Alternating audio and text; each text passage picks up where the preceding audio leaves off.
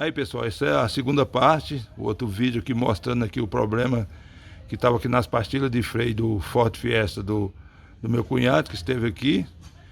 Estava com uma folga aqui na pastilha, uma folga bem considerável, fazendo aquele barulho, um barulho terrível que incomodava. Aí quando ele pisava no freio, aí parava o barulho. Então ele trouxe aqui, nós desmontamos, né? Nós retiramos aqui a pinça completa.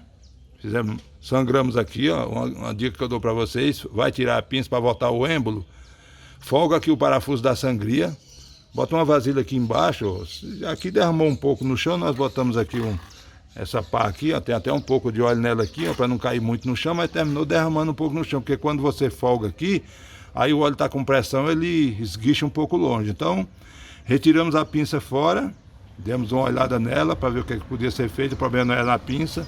O disco dele já tem um desgaste bem considerado, vai ter que fazer essa substituição do disco.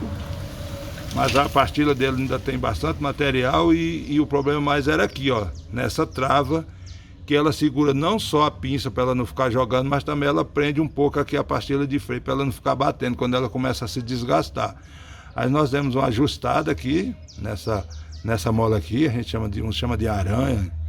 Chama de mola, ela é uma mola que tem um pouco de pressão, mas com a temperatura, muito tempo ela perde um pouco a pressão. Então nós damos uma ajustada nela e agora o barulho acabou, tá vendo? Ficou justinho aqui a pastilha de freio, não foi preciso fazer a substituição dela.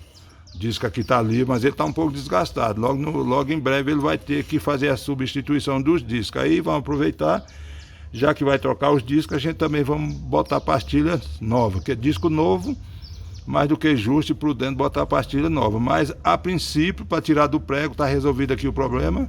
Fizemos a sangria aqui do freio, demos umas bombadas, tá tudo ok, tá freando tranquilo. Agora só vamos botar o pneu no lugar aqui, a roda no lugar, ele vai dar uma volta, mas com certeza, por enquanto o problema está resolvido. Desse barulho que tinha aqui, que eu mostrei para vocês no outro vídeo, que você batia nela aqui, você escutava aquele barulho bem chato, isso aí acabou, tá bom, galera? E essa foi mais uma dica do canal Garagem da Mecânica. Se você tiver gostado do vídeo, eu peço a você se inscreva no canal, deixe o seu joinha, compartilhe, comentem e ative o sininho das notificações, assim vocês serão notificados de todos os vídeos que eu postar no canal. Fiquem todos com Deus e até o próximo vídeo.